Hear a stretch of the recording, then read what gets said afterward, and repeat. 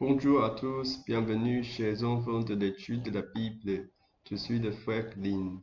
Aujourd'hui, nous allons continuer avec le chapitre 15 de l'Apocalypse en ce qui concerne l'histoire de Moïse. Veuillez l'aider à accomplir sa mission. Au premier verset, j'ai vu une vision étonnante et grande dans le ciel. 7 anges qui détiennent de cette dernière plaie, car la grande colère de Dieu est déversée à travers ces 7 plaies. Ces 7 fléaux seront également mentionnés plus tard dans le chapitre 16, qui présentera davantage de détails. Au deuxième verset, j'ai vu comme une mer de verre mêlée de feu, et ce qui avait remporté la victoire sur la bête.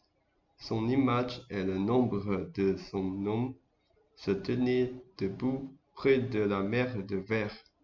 Il tenait les harpes de Dieu et chantait le cantique de Moïse, le serviteur de Dieu, et le cantique de l'agneau, en disant: Grandes et admirables sont tes œuvres, Seigneur Dieu Tout-Puissant. Justes et véritables sont tes voies, ô Roi des nations. Qui ne craindrait, Seigneur, et ne glorifierait ton nom, car seul tu es saint. Toutes les nations viendront et se prosterneront devant toi, car tes jugements ont été manifestés. Cela fait référence à 2 cantiques. Le premier est le cantique du serviteur de Dieu Moïse, indiquant que le moment est venu où Moïse se manifeste. Cela signifie que Moïse a déjà conduit le peuple taïwanais hors d'Égypte, c'est-à-dire hors des États-Unis. Il a accompli de grands miracles qui ont convaincu le monde entier de sa véritable identité en tant que Moïse. À ce moment-là, Moïse s'est manifesté et c'est pourquoi il chante ce cantique de Moïse, exprimant le message apporté par Moïse.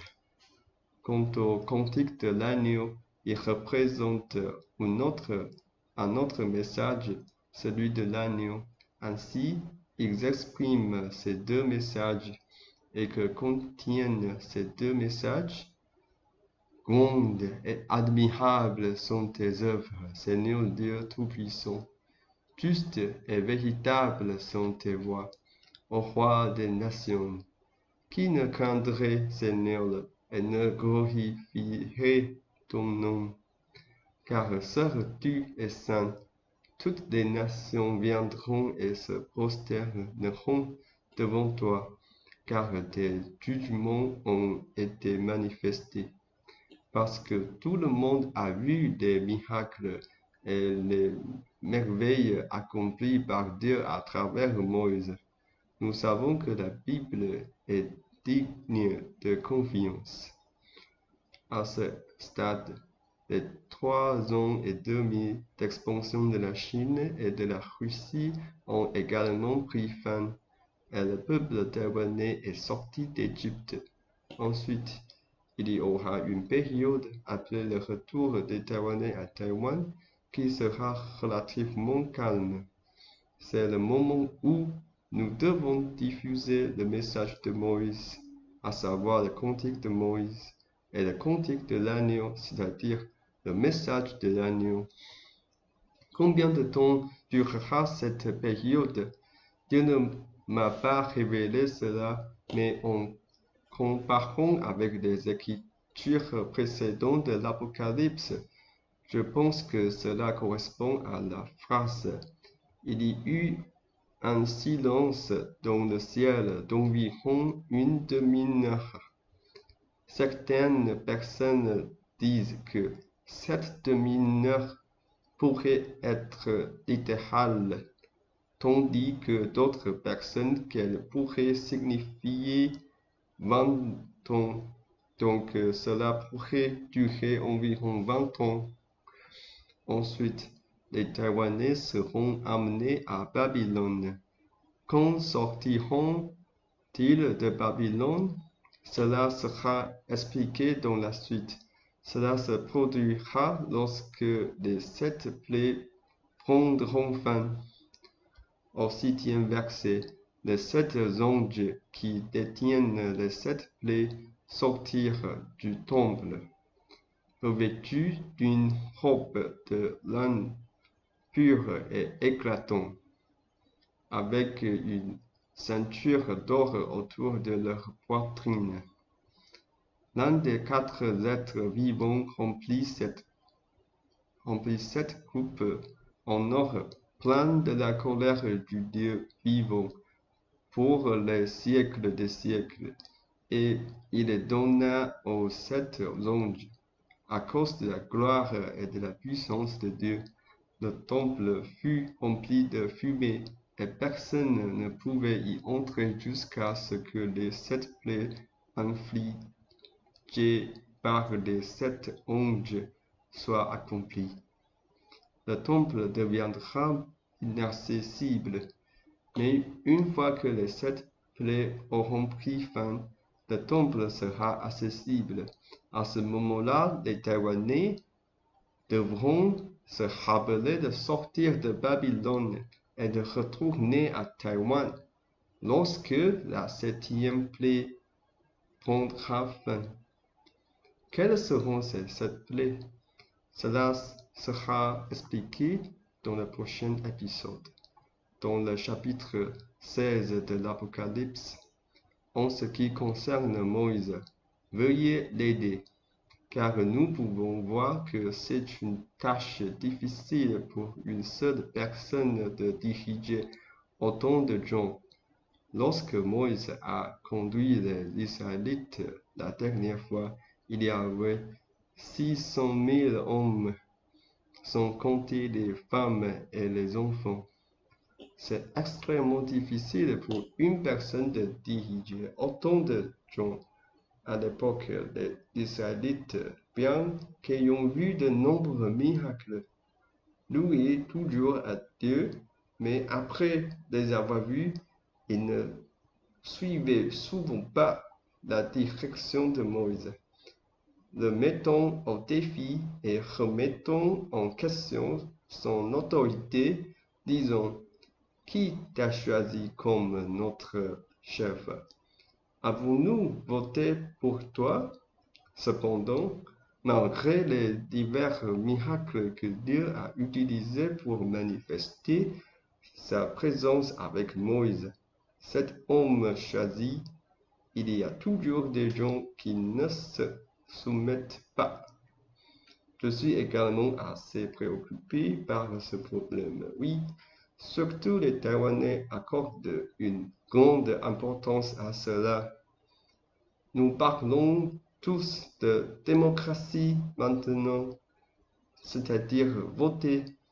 Les dirigeants sont élus par vote, mais dans le système de Dieu, les leaders sont choisis par Dieu lui-même, et il utilisera des miracles pour confirmer le choix de Moïse.